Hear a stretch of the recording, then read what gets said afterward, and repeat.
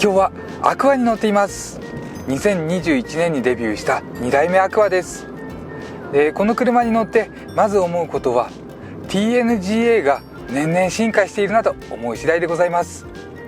もうほんとね、すごい大きく変化しているというか、少し前のトヨタ車の良かった部分が戻ってきたようなね、そうした印象を受けています。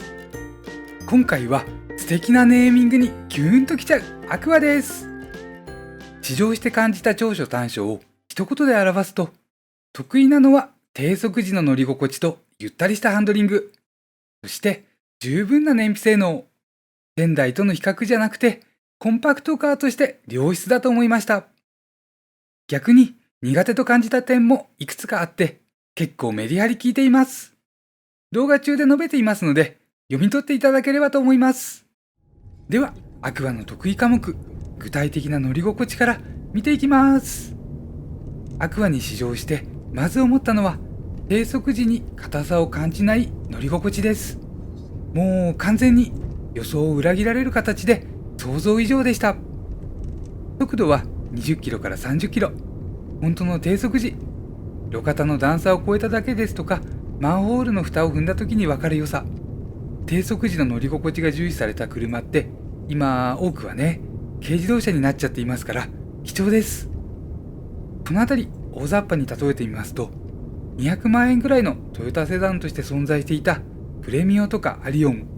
そのあたりに似た乗り心地で、さらに上位互換かもなんてね、考えちゃう乗り心地です。言葉変えますと TNGA 以前のトヨタ車が持っていた乗り心地、それの延長線とも感じました。多少分厚く状況はあるにしても低速時に優しい乗り心地、そうした方向は自分がトヨタ車に望みたい乗り心地でありますから、すごく嬉しいです。続いてハンドリングも含めての印象です。ハンドリングも同様に以前のトヨタ車が持っていたお味の延長線。ゆったりしていて、でもだるさを感じにくい。このあたりは10年15年前のクラウンとかマジェスターを好きな方でしたら、すんなり馴染めるハンドリングフィールではないかと思います。キビキビ系がお好みの方にはちょっと向かないと思いますが、変にね、個性が強められているところがなくて、好き不好きが分かれそうな電子制御も感じられません。面白みを感じにくい反面、様々な方が運転する車として好ましいハンドリングだと思いました。ブレーキでの速度調整で、フロントがちょっとね、ぴょこぴょこっとしやすい部分があって、そこは神経使うのですが、ハンドルはだらんと操作しても神経質なぐらつきが起きなくてゆったりしています。楽しくおしゃべりしながらですとか、お子様とか彼氏彼女とキャッキャしながらの運転にちょうどいいです。本当ブレーキだけね、アクアにもしガソリンモデルがあったら、なんてことはね、こんなことはないはずだよなとかね、思っちゃうんですけれども、ここだけ車に合ってないというか仕方ないと感じた部分です。さあ、そしたらね、ちょっとフィットと比較してみたいと思います。同じクラスで乗り心地良いと言われる4代目フィットのハイブリッド。アクアもフィットも一言で表現すれば乗り心地良いとなりますが、そのお味は結構違いますので、こうしたお味も気にされたら車選びがもっともっと楽しくなると思います。ということでちょっと図にしてみました。最もわかりやすく言えば、市街地レベルの低速時にアクアの乗り心地が優れて、速度が上がっていくに従いフィットの乗り心地が良いなんてね、感じやすいと思います。ベースとなるサスペンションの剛性、平たく言えば硬さですよね。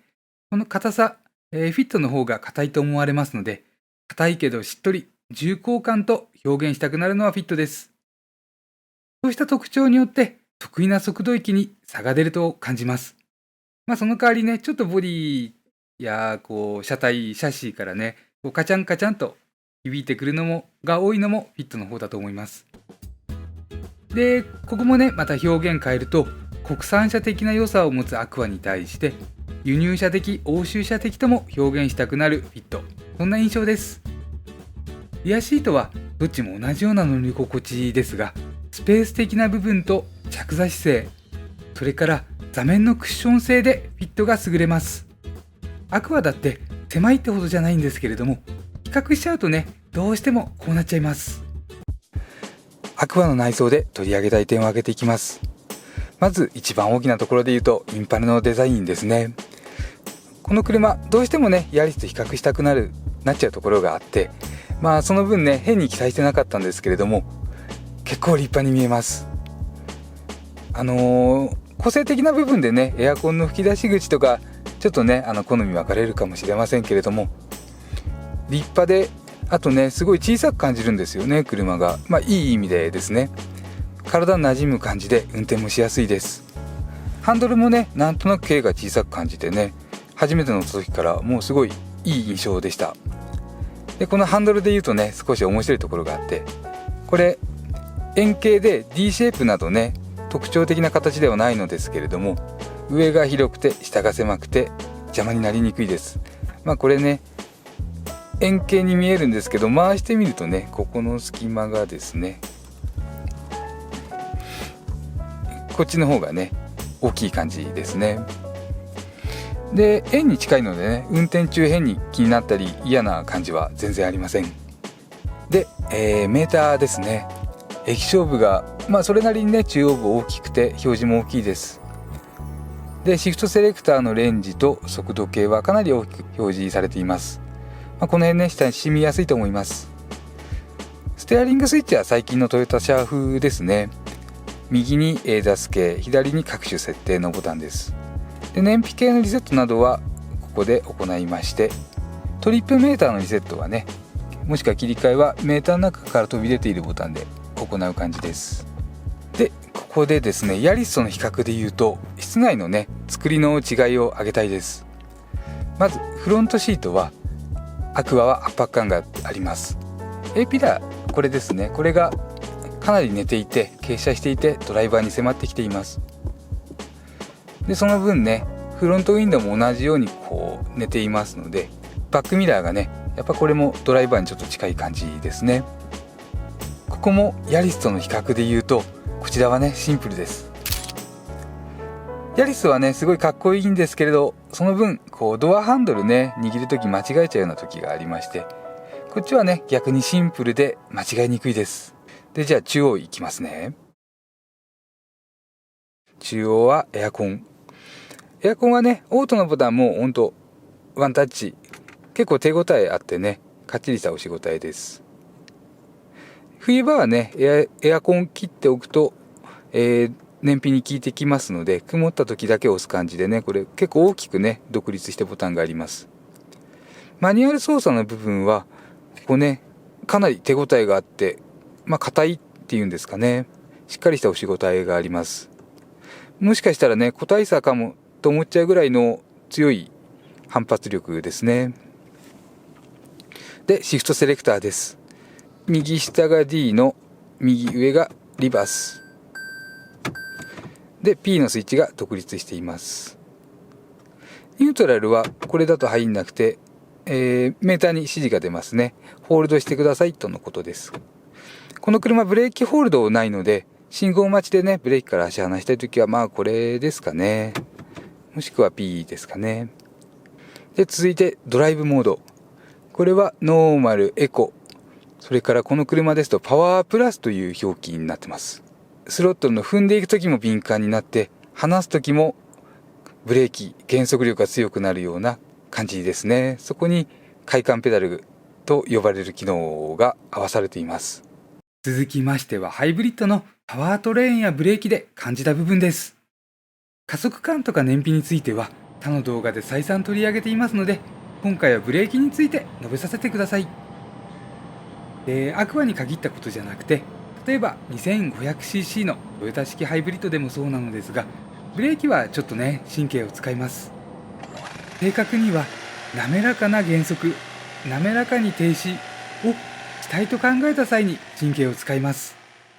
自分はここ結構気にしちゃってます。例えばコーナー入り口での速度調整、これはアクアには関係ないシチュエーションだとすると、違うところで、信号がね黄色赤と変化した瞬間、目の前でね近づいてから信号がね赤になりそうな時ですね。じわっとぐっと同乗者が不快なフィールを感じない中で強めのブレーキが求められます。そそして停止直前のブレーキを抜く動作、ここまでセットで扱いやすい車を望みたいです。それがやっぱりね、みんな快適に車酔いとか感じにくく運転できるんじゃないかなと、ドライブできるんじゃないかなと思うんですよね。で、同じクラスで比較すれば、フィットハイブリッドは悪くなかったですし、日産ノートは扱いやすいと感じました。アクアはブレーキタッチも燃費優先、そんな印象でした。そうしましたら、ボディ見切りと車両間隔の取りやすさ。アクアはフロントウィンドウが寝ていて、インパネの隅が盛り上がっていて、上限的にはあんまりよろしくないのかと思いました。ただ、実際に試乗してみると、特別気になるといった部分は感じられませんでした。どちらかというと、圧迫感の強さですね。A ピラーはドライバーに迫ってきますし、ルームミラーや場合によってはドラレコ。これらがね、乗員に近い位置まで張り出してきますので、ちょっとこの辺りが慣れるまでに邪魔に感じそうです。お願いします。映っている動画は、ボディ前方を感覚的に、体にインプットしている最中です。前見えないとか言っても仕方ないですから、こうしてね、体に染み込ませていくのが良いと思います。インパネとか、ボディのちょっとした目印と、この先の障害物を同時に視覚的に捉える癖をつけることで、感覚が養われていくと思います。お次の話題は、中古車をお考えの方もいらっしゃると思うので、仙台アクアについてちょっと触れてみたいと思います。仙台は長く売られていたこともあって、モデル途中で乗り味が大きく変わっています。まず、デビュー初期モデルの2013年式。シャキッとしたハンドリングでシャキシャキ走る車です。その分ね、乗り心地は硬くて、いわゆる動かない足、そのものみたいな感じでした。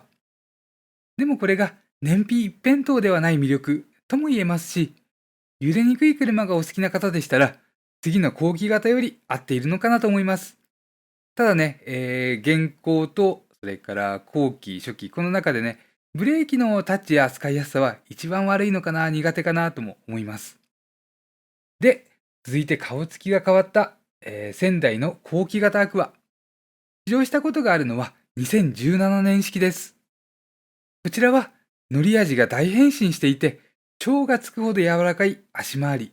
乗り心地に変わっていました。直線走っている分には快適で、初期モデルから見れば普通にね、車らしくなった、そうした印象を向けます。その代わり、山道では、前後左右にね、ぐらぐらしやすくて、滑らかに走るのは結構難易度高いです。このあたりは、ないものねだり的に長所短所が逆転しちゃってますが、内装質感は後期型の方が良くなっていますし、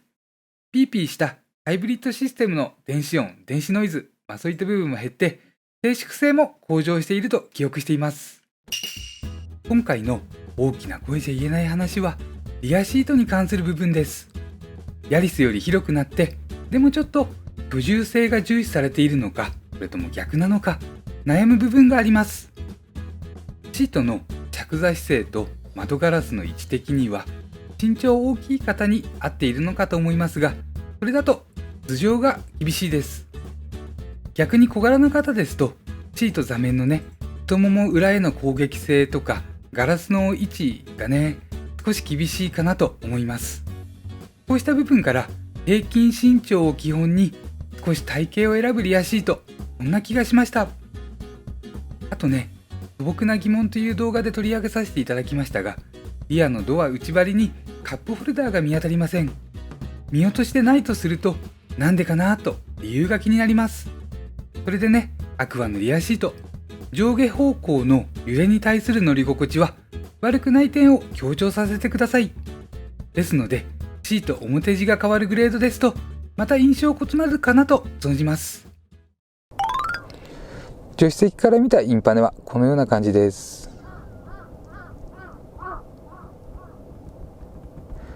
ピアノ調ブラックが効いていますよね。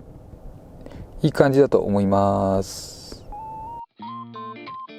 ゆったり走行が気持ちよくて低速域で優れる乗り心地。さらに快感ペダルで話題を奪って燃費は最高クラス。特に乗り心地は旧来のトヨタ車的魅力が帰ってきた、レベルアップして帰ってきたと嬉しくなっちゃいました。苦手なのはエンジン由来のノイズですとか振動ですとか思いつきます。このあたりはまた別動画にしたいなと考えています。では動画は以上です。私どもこれからも特徴を分かりやすく、車選びをもっと楽しく動画を上げてまいります。よろしければチャンネル登録等で応援していただけると嬉しいです。ではまた次の動画でお会いしましょう。間違いいっぱいの自動車選び、ヒラリー男爵でした。